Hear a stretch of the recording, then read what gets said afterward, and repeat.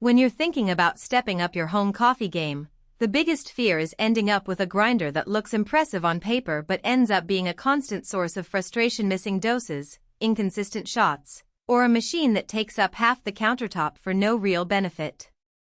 You want something that slides into your routine, gives you reliable results day after day, and actually feels worth the price tag.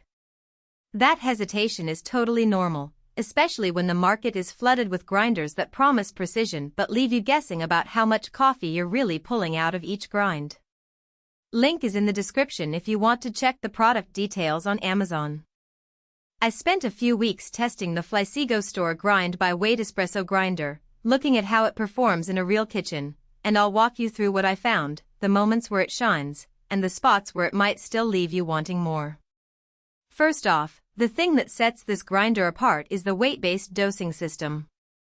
Instead of timing a grind or manually stopping a burr, you just set the target weight on the touch screen, tap start, and the machine stops automatically when it hits that exact gram amount down to 1/10 of a gram. In practice, that means if you're pulling a 18-gram dose for a double espresso, you can trust that each pull will be the same, which is a huge relief for anyone who's ever fought with under or over-extracted shots because the grind amount slipped a few grams. For a home barista who likes to experiment with DOS tweaks, the precision is enough to let you see the impact of a 0.1 gram change without having to guess. The 64mm flat Burr and 350-watt commercial-grade motor feel more at home in a small CAF than in a kitchen drawer. I ran the grinder through a typical morning routine, pulling 2 espressos, then switching over to a pour-over for a guest, then grinding a batch of French press beans for a later brew.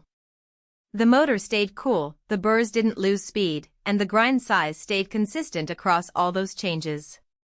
That's the kind of reliability you need when you have a handful of people relying on you for their caffeine fix.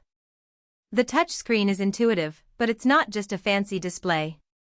It houses 14 grind settings that cover everything from fine espresso to coarse French press. The real win is the ability to name each setting, so you can label Espresso 18G and AeroPress 250 milliliters and instantly recall the exact profile you need. For me, that saved a lot of mental juggling when I was switching between brewing methods for a small brunch gathering. The screen also shows the current weight as it grinds, which provides a visual cue that your dose is on track, useful if you're troubleshooting a new bean. One practical detail that often gets overlooked is the integrated stand with a built-in scale. The grinder sits on a low-profile platform that can be raised or lowered, so you can adjust the height to match the size of your portafilter or brew basket. The built-in scale eliminates the need for a separate kitchen scale, saving countertop space and reducing the number of devices you have to clean. In a cramped kitchen, that consolidation is a genuine convenience. Now, let's talk about the downsides. The first is size. While the adjustable stand helps fit it onto a countertop, the overall footprint is still larger than a typical entry-level burr grinder. If you're working with a tiny apartment kitchen, you'll need to dedicate a permanent spot for it, which could be a deal-breaker. Second, the machine relies on electricity for the dosing and scale functions, so you're adding another appliance that needs a power outlet. During a power outage, you're back to manual methods. Finally, the weight-based dosing, while accurate, does mean you need to keep a consistent bean density. If you switch between very light roasts and dense dark roasts, you might notice a slight variance in how the weight translates to volume. It's not a failure of the grinder, just a nuance to keep in mind when you're swapping beans frequently. Who should buy this grinder? If you're a home coffee enthusiast who already knows the difference between a good shot and a bad shot, and you're ready to invest in a tool that removes guesswork from the dose, this is a solid match.